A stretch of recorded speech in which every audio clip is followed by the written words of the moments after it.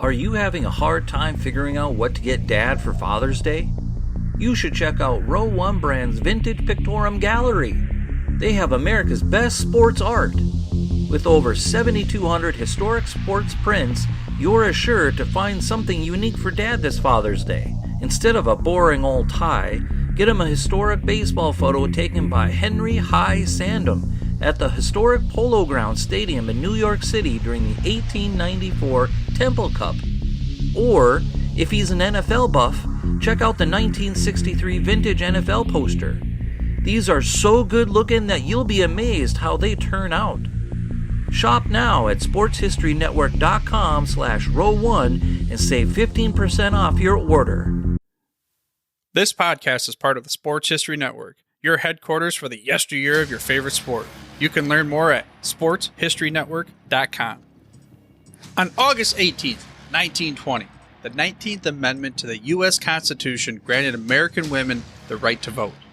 2 days later, a meeting occurred that would be the precursor to the now famous September 17th, 1920 meeting in Ralph Hayes Hupmobile Auto Showroom to officially form what is now the NFL. These dates, 2 days apart on the calendar, converge for the topic of this week's episode. This time we talk about the National Women's Football League.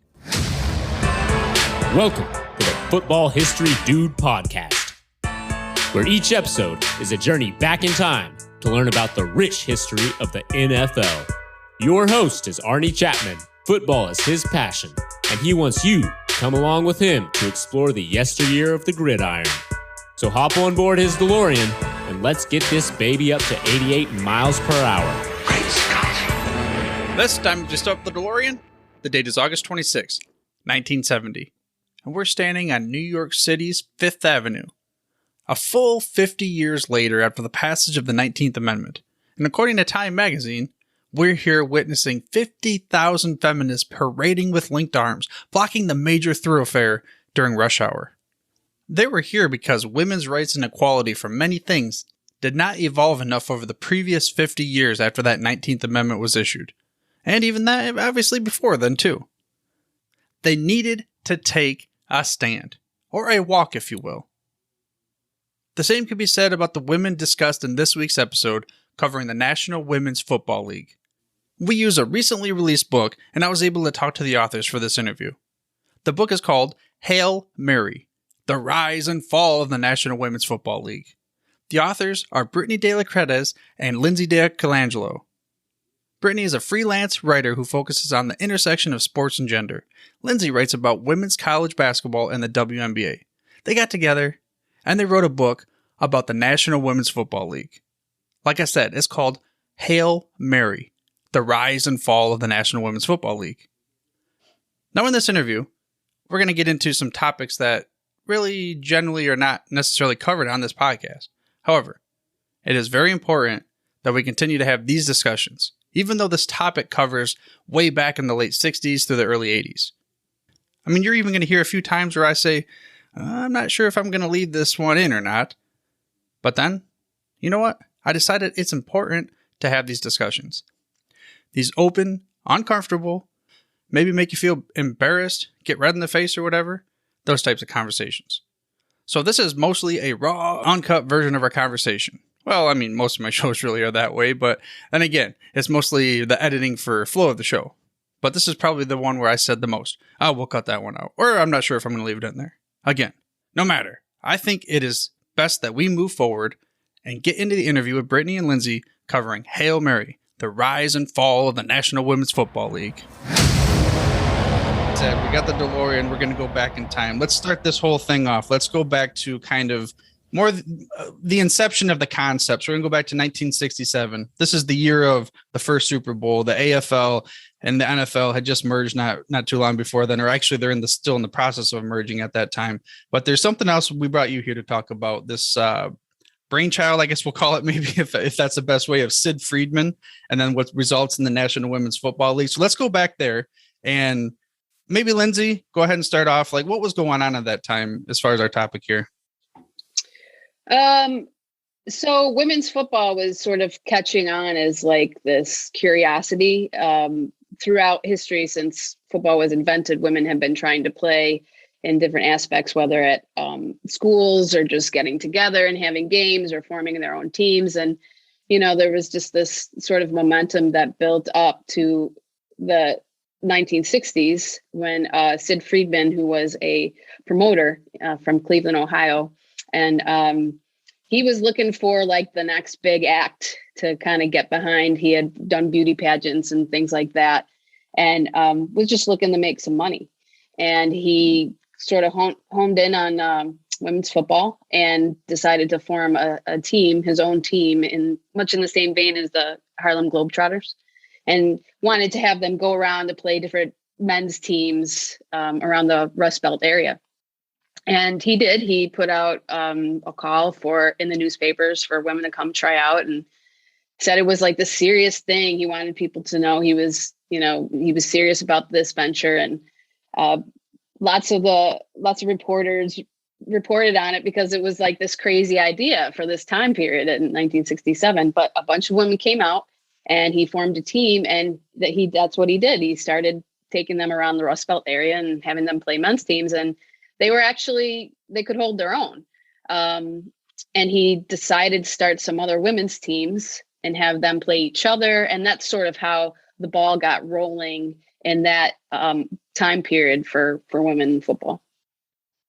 Now, I don't know if this has anything, if it matters. Was Sid Friedman, in your research, did you ever find out if he was related to Benny Friedman, the Pro Football Hall of Fame quarterback?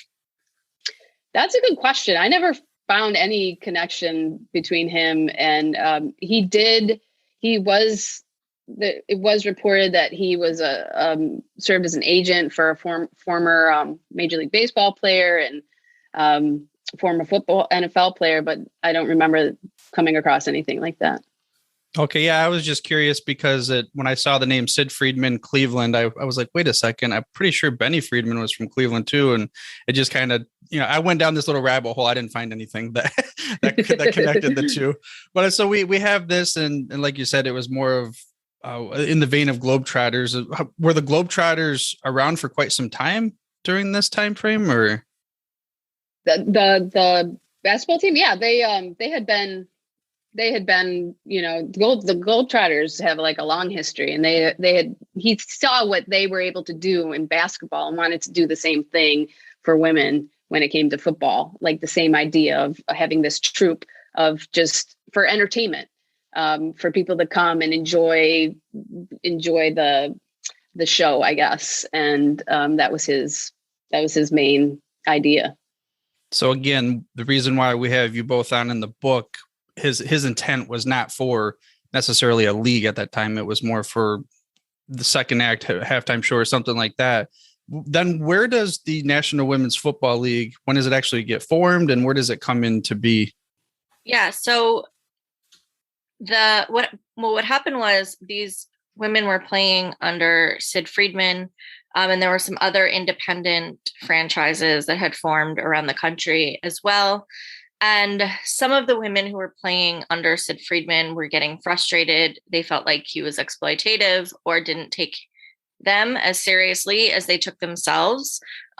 He was known to do things like send hustler photographers to practice and things like that. Anything that he thought might garner some sort of publicity for the teams. And so some of the teams started to actually leave from under Friedman's ownership as well.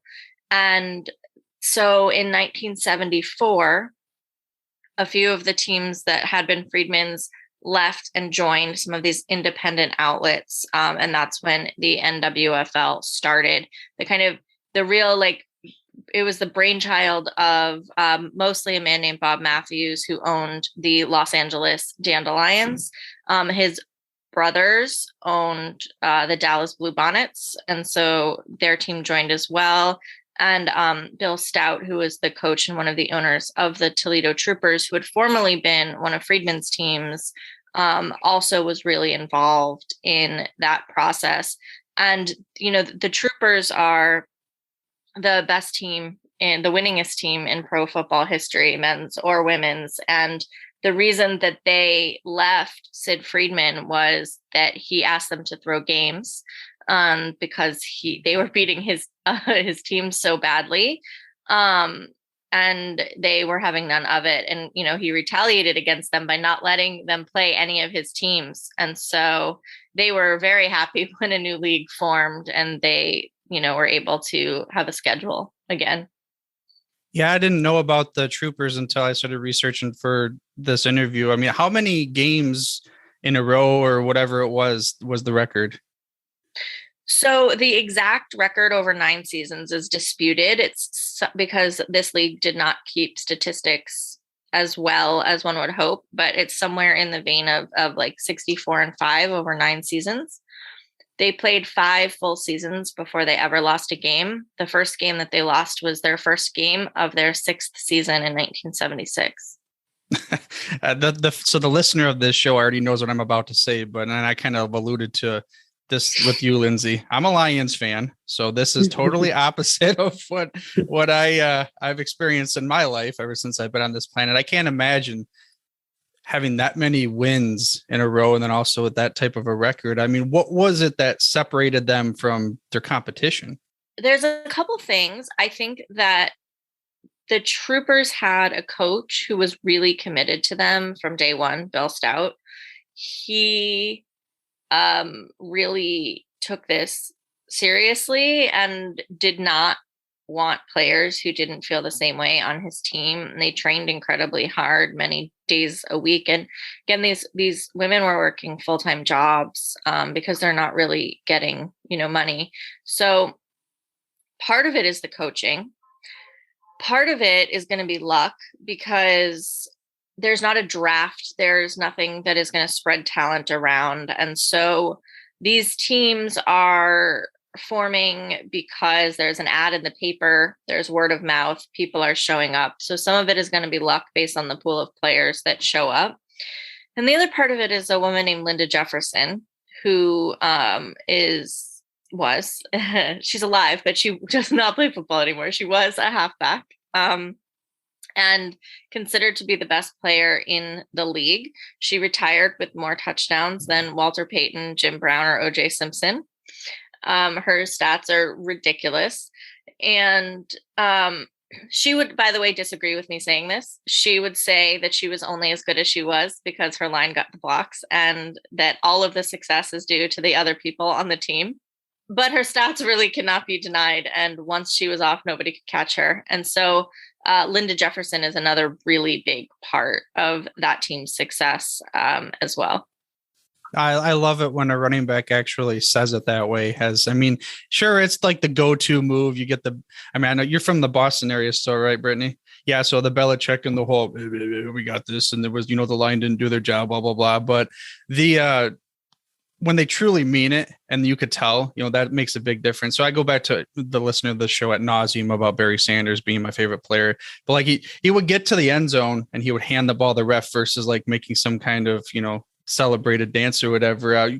You alluded to they had full-time jobs while they were playing. Like, did they have, were there stories of my boss gave me a hard time when I had to travel, so it was difficult, and I got fired for it, and they committed to the team, or any of those kinds of stories? I didn't come across any of those kinds of stories. The games were always mostly on the weekends, so they would work all week and then, travel on the weekends. And also practices were at night after work. Most of the players worked full days and then showed up at practice at 6 and would play, practice for a couple hours and then go home, go to bed, wake up, and do it again the next day. So I think a lot of the teams and coaches tried to work with the players' full-time job schedules. You had to. I know that the quarterback of the Oklahoma City Dolls, Jan Hines, she was part of the first softball team at University of Oklahoma under Title IX. And they meaning the school and her coaches, actually tried to tell her she couldn't play football. And she said that she wouldn't. There was no scholarships. And at the time, it was different. And she said I will commit that if there's ever a conflict with a game, I will show up to your game. But other than that, like my games and practices are at different times than my practices for this team. And so she refused, but they did ask her to quit playing football. Huh. Yeah, because we're talking, you just mentioned like 3 cities with him. I'm not walking down the road to go pick up to these cities. That's why I was curious about, the distance and the travel and everything. I mean, I guess this is what the early mid 70s. So yeah, commercial flights were more readily available than it would have been back when the NFL had started in the 20s and everything. With that being said, I mean, let's get into that you discussed a little bit of Title IX and then the 70s. Like, why was this is a talking point the publicist said, why was the 70s the perfect time for possibly starting this league? I think it was a combination of things, and both Brittany and I could speak to different aspects of this, but obviously Title IX was a part of that. It opened up the door for women to finally participate in organized sports. And a lot of these players were in college. I mean, the age range was from 18 years old or 17 even to 40. So you had women who were had families and were working full time or just stay at home moms. And then you had college students and others who were just out into the workforce.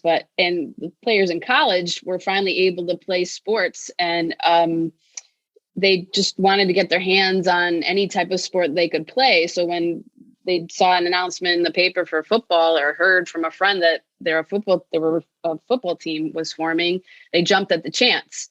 Imagine you're an athlete and you're not able to do what you see, say, your brothers or friends or boyfriends or whatever are doing. You finally get that opportunity, you're going to jump at the chance. So that's definitely played a part in that. And also, I think just you saw what was happening, around the women's sports landscape, especially on the tennis side of things, where Billie Jean King was fighting for equal pay, and there was this feminist movement happening, which Brittany can speak more on. So yeah, it was a combination of things. Yeah. I'm sorry, Brittany, I want you to follow up with that with the Billie Jean King. So I'm 36, 37. I was born in 85. So I'm not like I was there when this occurred. And I had not known enough about the history of it. I didn't realize that everything that was involved there, like what you just said with equal pay and other things involved other than a man tennis player playing against a woman tennis player. So maybe explain to me what revolved around that first and then get into that.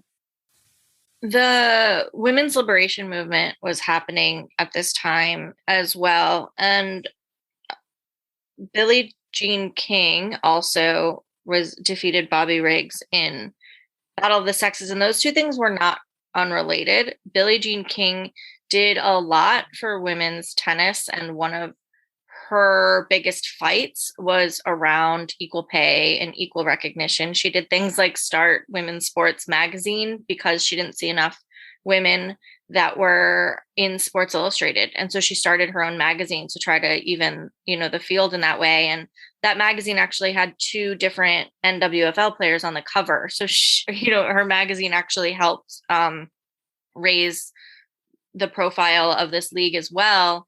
In the Battle of the Sexes, that was about equal pay and equal recognition that match occurred. And so that context also was really related to women's liberation and the second wave feminist movement that was happening at the time.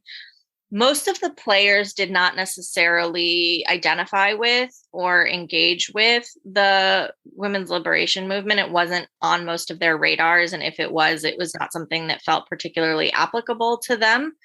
Some of them, yes, but the majority of them told us no. But I think you still can't remove the context of that this was the undercurrent in society in which women were breaking barriers. They were doing things that they'd never been allowed to do. And that movement, just by nature of existing, kind of created this permission for women to say, I'm going to do whatever I want, even if it's not very obviously connected in their minds. And so, we talk a little bit in this book about the players as unwitting activists. And that's what we mean by that, which is you don't have to be participating in a march with, a sign, picketing or something in order to be part of societal change. All you really have to do is break the rules and do what what you're told you're not supposed to. And that is absolutely one thing that these players did together. And I think that the kind of social atmosphere at the time allowed for that to happen. Did they say that they tried to stay away from it because they're already, like you said, breaking down the barriers, doing that, breaking the rules because they were fear of the extra scrutiny, or was it just a fact of we didn't happen to be part of it? There's a lot of different reasons I think that these players did or did not connect with this movement at the time. The ones that did tended to be the players who went to college and had access to some of the feminist theory and were more engaged with it on that level. A lot of the players were a little bit older, and they were already in the workforce, or they were in trades working these blue collar jobs. And I think that they just didn't really have time to get it real engaged in this theory. In their minds, they already were breaking barriers and doing things that women shouldn't do. A lot of them, some of them were the only woman on their job, and they were for their entire careers. A lot of the women were gay, and that was an issue within the women's lib movement itself, was whether lesbians should be included. And that was, an intercommunity fight that was happening. And so on top of that, feeling like the movement wasn't for them because a lot of the focus at the time was on childcare and women being allowed to work outside the home. And for lesbian women, they're like, well, I don't have a kid. I don't have a male partner who is in my home. These dynamics just don't apply to my life. And so on that level too, I think they've kind of had already divested from these systems that the movement was trying to address.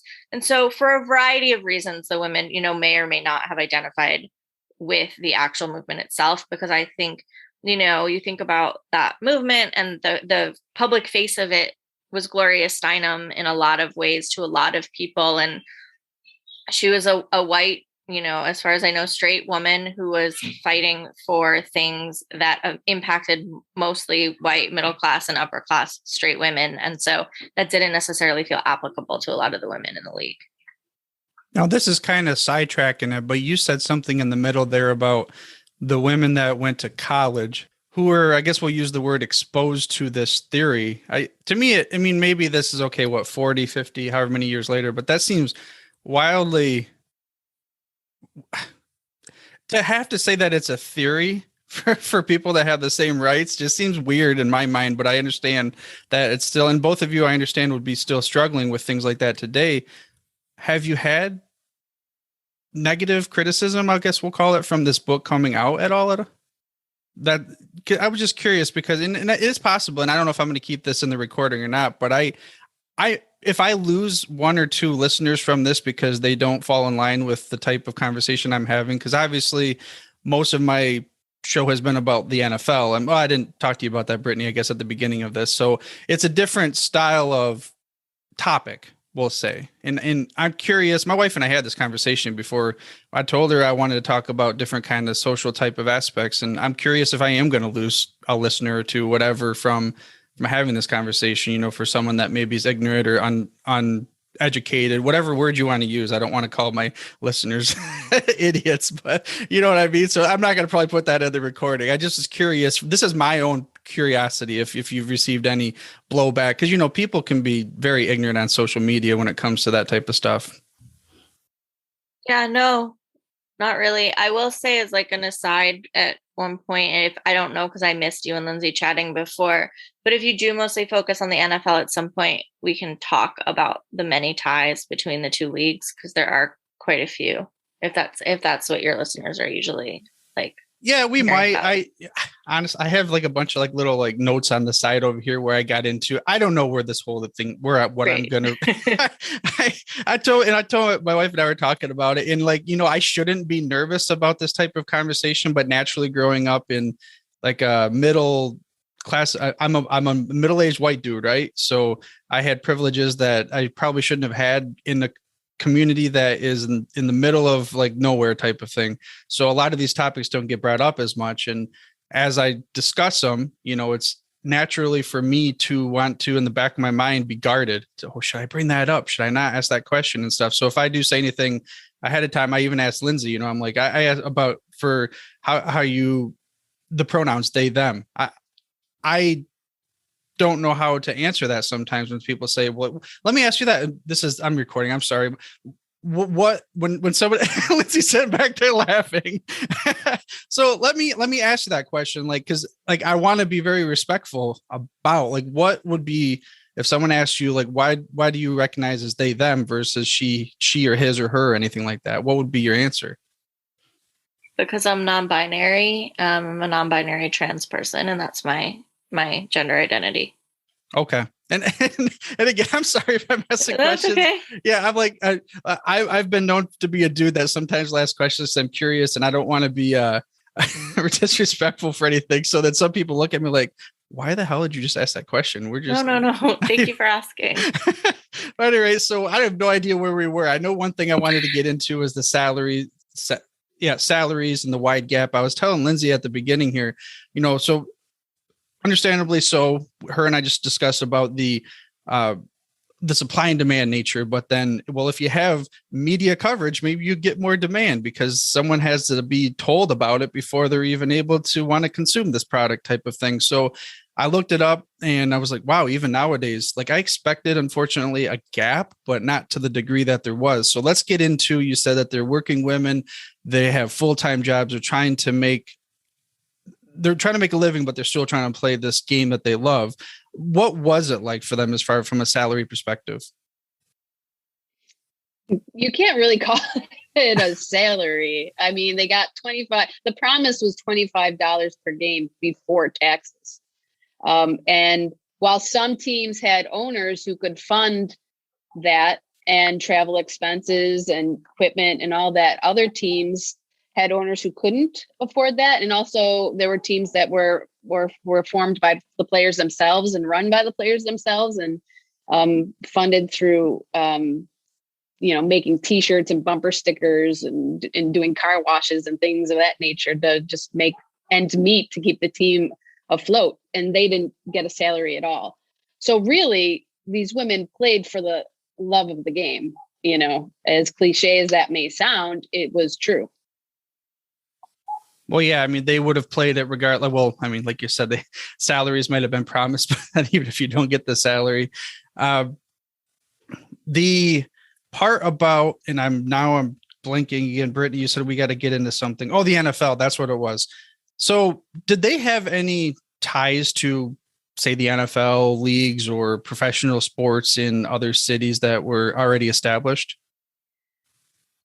The ties that the teams had to the NFL leagues were tenuous. In Dallas, the Bluebonnets actually played in Texas Stadium, so they shared a venue with the Cowboys. And there was some publicity done. There was a pep rally with both teams. There's a promotional image in the paper of a former Cowboys player buying a ticket to a Bluebonnets game. But other than that, there was no financial support. As far as we know, no players ever actually came to the games or anything like that. And in Detroit, the Demons played in hand-me-down Lions uniforms, actually. So they were named the Demons. They looked like the Lions if the Lions were swimming in their jerseys because they were too big for most of the women. But other than that, of the donation of the uniforms, we couldn't find any concrete support. But I mean, it's interesting because for the players themselves that were on the teams that were even loosely associated with the NFL team in those small ways, they among themselves kind of called themselves the sister team of the NFL team. But from a concrete, actual, real perspective, that there wasn't any formal support. Well, Lindsay, you follow the WNBA and write about that pretty consistently, right? Mm-hmm. Nowadays, that's kind of my beat. That's your beat. That's my thing. So that's my thing. follow, don't they have some, correlations between the cities and the teams in there though? You mean as far as the NBA goes? Yeah. I mean, obviously they don't have it. There's 12 teams and they don't have a part, like, I don't want to say partner team, but I guess we'll use the opposite, like a brother team in every city. But the ones that do, they are very supportive of each other. But it's more the players than the organizations themselves. I mean, the players are the ones who really support each other. And, you'll have NBA players go to WNBA games and vice versa. And, there's a mutual respect there that exists now. That's really cool to see. So that is going to lead me into, I was going to discuss something about when I was growing up, I heard of Reggie Miller's sister was better than him. And going back to, like I told you, growing up where she I was. and I'm not, when at the time, and this is where I think hopefully I've grown as an individual. At the time when I was growing up where I am in the mid 90s, wherever it was, I was like, as a kid, I don't know how old I was. I was like, that can't be, that's impossible. Like that's the natural way that we were taught as we were growing up through many things, the whole, just even movies, shows, your parents and things like that. But then I had a story too, where there's a player, Detroit Lions player. And I remember Herman Moore. I don't know if you've ever even heard of this name, being a Buffalo Bills fan or not. So Herman Moore. Okay. So same thing. When I was growing up, Herman Moore was one of my favorite players. I was told that his wife was actually a better athlete than he was too. Same thing. I was, in my mind, had it wrong. Well, that's impossible type of thing. So with that preface, and as we shift forward 20 years, whatever it is, and I understand that I was a little ignorant, did they have that same kind of criticism? We'll use that word. Is it criticism, sexism, scrutinized harassment type of deal with the league of, they might be this little, here's your little brother's league and here's your little sister's league. They're just going to stay over there. Was it talked about that way in your research?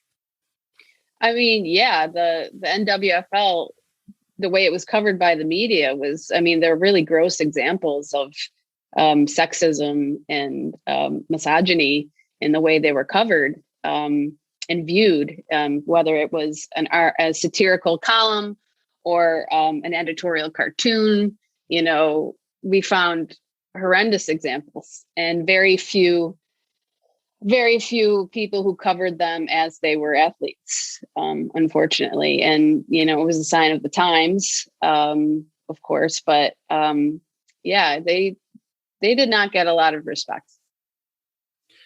And that, go ahead, Brittany, you're about to say something. It looked like. No, you look like you're like, I got to jump in here. I got to say something about this because it made me think about something. Because the other thing I wanted to bring up too, and again, I don't know how much of this I'm going to put in my show because I don't want to sound the wrong way. But when I was in high school, I'll tell you what, we played. So I played football in high school, and we had a female kicker on the other team. And how do I word this? You can imagine the comments that were made inside the locker room. And unfortunately, I'm sure. Yeah, not just by the players, but even by our coaches, make sure in not just the bad comments of, I mean, it was bad indirectly of saying, make sure, okay, she's going to kick the ball. Just don't touch her, don't hit her, that kind of thing. You don't want to be the person that injures the female player. So with that being said, crossing over here, it begs the question, was there ever conversation back then of, like you said, women can't play with men and that kind of thing of, okay, well, what about, can men play in a women's league type of thing? Maybe now the WNBA, NBA, like, do you ever get those types of conversations of, if a woman wants to be in a men's league, can a men's league be a men be in a women's league type of thing? If I frame that right. That wasn't their goal. None of these players wanted to play in the NFL. They wanted to have a league of their own, and play in that and exist and enjoy the sport and compete against each other. They didn't want to, cross over. And the reason you see female kickers on men's teams at the high school or college level and in other mostly non-contact positions is because there's where else are they going to play? There's no women's tackle football high school teams. There's no college teams for them to join. After youth football, there's nothing. So what are they supposed to do? People get mad because you have women playing on college teams, and instead of, enjoying the fact that they're maybe setting records when they kick a field goal for the first time, or, do something like that, people get mad. But where else are they supposed to play? There's no other option. So that's why you see, some women who have played in the high school and college level. There are women's semi-pro leagues that exist today, and there's that option. But to have that growth and to become better players before they get to that option, there's nothing. So. Yeah, I think that a really important point there is that there often is a difference, a gap between, I don't want to use the word quality, but when we talk about what watching an NWFL team was like, a lot of them compared themselves to maybe a really good high school football team. And so if somebody comes expecting a pro game and that's what they see on the field, maybe they're going to be disappointed. But that erases completely the fact that the women never had, and there's no infrastructure, there's no pipeline for these women to learn the game, right? So by the time men are playing the game, they have been instructed in how to play since the time they were kids and playing Pop Warner or whatever it is. And then they move up to, junior high and high school football, and they play in college, and they get to the pros, and they've been playing their entire lives. These women don't have that opportunity. So they're picking up the game as an adult. And so it's not accurate when people say, well, this is proof that women aren't as good as football as men are, because look at this game, it's not the same as an NFL game. But that ignores the fact that the women haven't had the same investment and opportunities. So it's not actually a skill gap, it's an investment gap, it's an access to resources gap. And so if you provided the same level of training and opportunities to men and women, you would see a much more comparable product, as you do with some of the women's teams currently who have players that have been playing for a very long time. The quality of the game is very, very high. So I have a question then. What do we need to do as a society to prevent those previous two questions that I just had? And does Hail Mary, the framework, maybe as one of the starting points where the question was basically, the perception that women can't play on the same level as men, like how do we change that perception, like from a societal perspective? I think we just need to give women opportunities to play, and you can see what happens when they have them. You can look to, something like the WNBA or the NWSL and see what has happened when there's been investment in a league and, much more resources for them to play. But I will say this book, part of the reason we wrote it was we want to disprove that, right? There's a reason that when you read our book, you are dropped directly basically into gameplay. This book opens in the middle of this pretty fierce rivalry. And that was a really intentional decision. We wanted the readers to understand up front that these were football players, and we never wanted the fact that the women could play football to be in question. And so when you lead with that and you meet them in a game environment and they're playing football from day one, from page one, you never have to question whether they were really football players. And so even just the way that we framed our story was to counteract any questions about, but could they really play? Because they can, because we showed you from the beginning. So it's almost like a Marvel movie where you get the action right away and then you're already entranced or engulfed in the story. And if you're even a Marvel fan, I don't know, but that's what they do. They that if it's a movie, you're going to be, scene that's going to get you understanding what's going on a little bit. And then the story comes after, but maybe not a great analogy, because like you said, your perspective was to make sure that we understand that this is a legitimate sport, a legitimate league, that is, so that they can play and then moved on with maybe the history. And let's get first into maybe the demise of the league, like how long it lasted. And then I have a DeLorean question for you. The demise. So the league, we estimate that it lasted 14 seasons and the last game was played in 1988. I will say that the 80s were not a great time for this league. Definitely not the best quality that the league had. At that point, the players really were just kind of scraping by, and one team was folding and kind of popping up in a different city, but with the same players as a different team.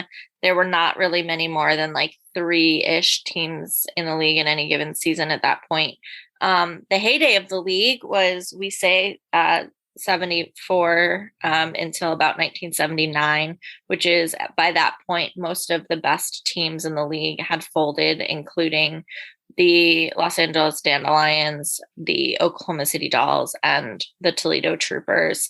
And that was, for a variety of reasons, most of them financial. There was just no way. These are not, we think of NFL teams being bankrolled by billionaires who have all of this money to sink into a team, even when they're losing, even if no one's showing up. And this was just not the case. The men who started these NWFL teams, if they had owners, did not have that kind of money. They thought they were going to invest for a few seasons and eventually the teams would pay for themselves. And unfortunately, that's just not how sports leagues go. It usually takes at least 10 years for a franchise to become profitable, if it ever does. And so that just was not a realistic goal. And there's only so long you can keep a league going on grit and desire to play. Right. Yeah. I mean, like you said, it does take a long time to be able to get it going. And even some of the leagues out there, they may have a couple teams that are maybe not profitable, but for the whole benefit of the league, maybe they come in, they swoop in. And that's been throughout time of leagues where they've had certain owners will maybe consume a team, or they'll do something where they'll help out financially to keep the whole league afloat, because they're only as good as the weakest link, all those kinds of cliches and things like that. So speaking of a cliche, boom, I've got this DeLorean right here. It even lights up if the battery's still in there. Oh yeah, we're lighting up. We're Back to the Future. We're going Doc Brown, Marty McFly style. I'll ask Lindsay first. You can go back to all of these interviews and stories that you've found and you've uncovered from the book Hail Mary. If you could go to one moment and relive that moment, what would it be? Wow, that's quite the question. That's why we have editing. Yeah. For me, it would be my interaction with a player named Rose Lowe, who played for the LA Dandelions and who ended up supplying us with a lot of documents and memorabilia that was, key to writing certain parts of the book. And she did not want to speak to me at first. I wouldn't say didn't want to, but was very hesitant because she wasn't sure we were legit. And that, she wanted to entrust her story and the story of the LA Dandelions and the story of this league with the right person. And so, I emailed, I got her number and called, didn't hear anything back. A few of her teammates kind of spoke on my behalf to her. And eventually she responded to an email, and we ended up just texting at first, and she was feeling me out. And then we eventually had an initial phone call. And then after that, she just opened up and she became my biggest cheerleader. And her just letting me into her world and into her memories. And it was such a privilege. It remains a privilege. And it was probably the most rewarding experience that I had and interaction I had with a player when writing this book. Okay, so you kind of took it to a different time frame than I was. The DeLorean question is meant to go way back, to the moment. Okay. Well, I thought you meant I thought you meant writing the book. It's a good journey, though, to be able to, like you said, you had to build that relationship before you're able to truly get the connection and the trust to be able to share this story with you. And I feel that I have a day job, and maybe someday we'll clink glasses with either one of you, because my day job does cover Boston to Buffalo down to North Carolina. So who knows, maybe down on the road we'll be in the pub. But the question now, we're going to throw it to Brittany, and you get to have the different type of question. DeLorean, you're going back to the actual 70s. What moment? I know. Oh. I'm going to be at the 1976 championship game, because it is disputed. And I want to know whether or not the Oklahoma City Dolls kick was actually good, because if it was, they won the game. And the footage has been lost. So I'm going to the 1976 championship game between the Oklahoma City Dolls and the Toledo Troopers. Oh, That's there you go. answer. And, well, with that then, I mean, I know we got to get you out of here. Lindsay, first, we'll kick it over to you. Where can the listener of the show find your book? What's the title of the book? And if they want to learn more about your work? Well, it's Hail Mary, The Rise and Fall of the National Women's Football League. You can get it anywhere books are sold. The audiobook is available now. You can get it on Kindle. And I cover the WNBA and women's college basketball for The Athletic, and also Just Women's Sports. You can find me at those two sites, and I'm on Twitter at DarkAngel21. All right, Brittany, how about yourself? I write mostly features on the intersection of sports and gender. I'm a freelancer, so you can find my work basically everywhere, at Sports Illustrated and lots of other different places. And you can find me on Twitter or Instagram at BrittanyDLC. All right, so before we kick you out again, any last words of wisdom for the listener of the show regarding the topic we just discussed? Last words of wisdom: support and invest in women's sports. That's what I would leave people with. There you go. Invest in women's sports. Pretty short, sweet, right to the point. Although we've made strides over the years, realistically, there's still a ways to go in many arenas. This just happens to be talking about sports and football. I think having, again, like I said at the beginning of the show, the intro, these open conversations, albeit uncomfortable, that's probably the best way to go about doing these things. So we can have these times where we're able to maybe understand someone that we haven't dealt with, or these other types of things where when we're in the situation, we're like, okay, I guess that put the foot on the other shoe, and it's like, dang, that ain't cool. So let's get out there, find a topic you don't know enough about, find someone with more knowledge about it, and talk about it. Share stories, ideas, all these other kinds of things, so that maybe as we continue to go forward in this life, we can all have a better understanding. And I want to thank Brittany and Lindsay both for sharing with me and you, the listener, on this episode. And I hope that you get a chance to go out and get their book. If you're interested, you can go ahead and find a link right there on the show notes. And their book, again, is Hail Mary, The Rise and Fall of the National Women's Football League. Go grab that book. Invest in women's sports in any way you can, even if it means just being aware of it and maybe watching. But for now, dude, I'm through if you're through. Thank you for listening to this episode of the Football History Dude. To make sure you're the first to get the next episode, please subscribe on your podcast player of choice and head on over to thefootballhistorydude.com for the show notes and more information on the history of the NFL. And remember, dudes, where we're going, we don't need roads.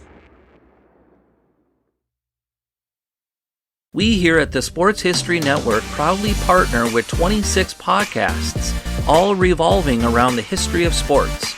But did you know that many of our hosts were sports history authors way before they started their shows? It's true. We've got Joe Ziemba, host of When Football Was Football, Joe Zagurski, host of Pro Football in the 1970s, Mark Morthier, host of Yesterday's Sports, Tommy Phillips, host of Lombardi Memories, and Scott Adamson, co-host of From the 55-Yard Line. All these authors have many books for you to choose from. To check them out, go to our website at sportshistorynetwork.com/sportshistorybooks. Pick up your copy today. Soundtrack provided by Kevin MacLeod of filmmusic.io.